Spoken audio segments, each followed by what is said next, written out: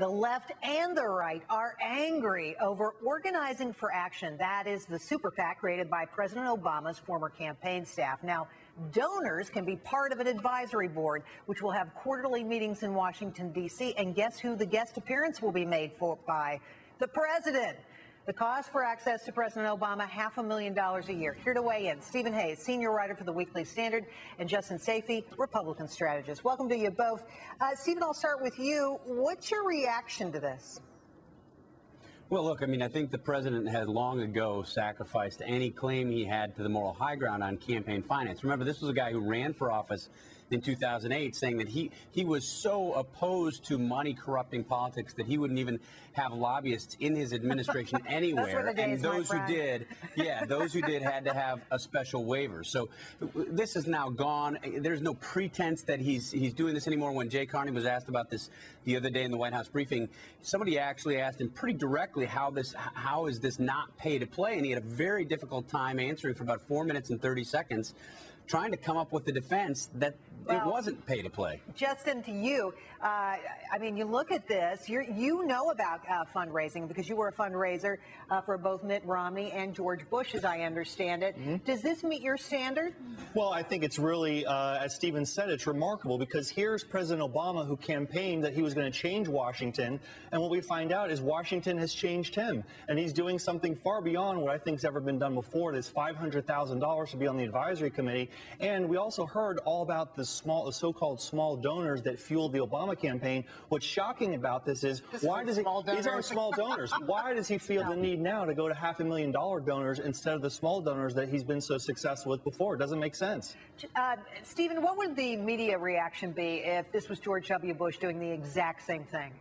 I mean, can you imagine? They would go and find the first, on the first time of disclosure, they would go and find whatever oil money was there, and that would be the front page above the fold story of the New York Times.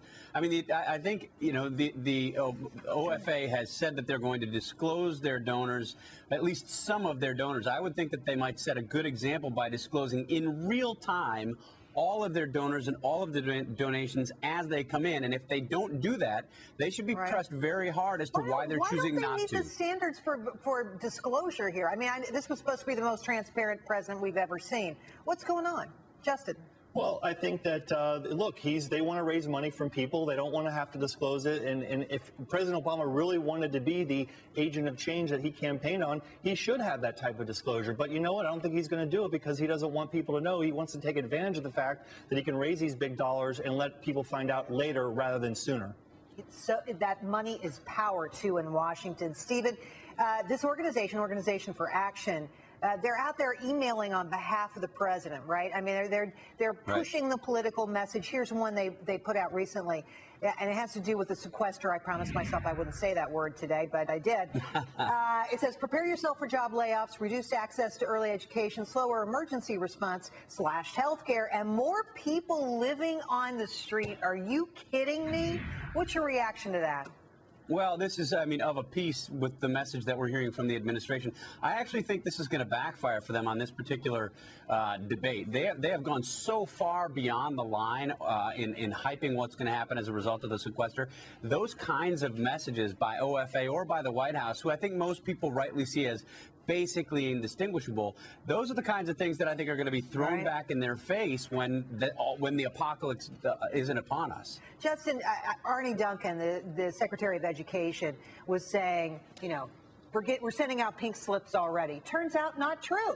Has nothing to do with the sequester. There might be one or two teachers losing their jobs, but it has nothing to do with what's going on in Washington. Well, and I'm really surprised that administration officials would do this. They're risking their own credibility. When the Secretary of Education gets called out on something like that, being so disingenuous, not true. It's reducing the credibility of not just the administration officials, but also President Obama himself. He's diminishing his presidency by using these scare tactics, and I'm glad that the press is calling him on it.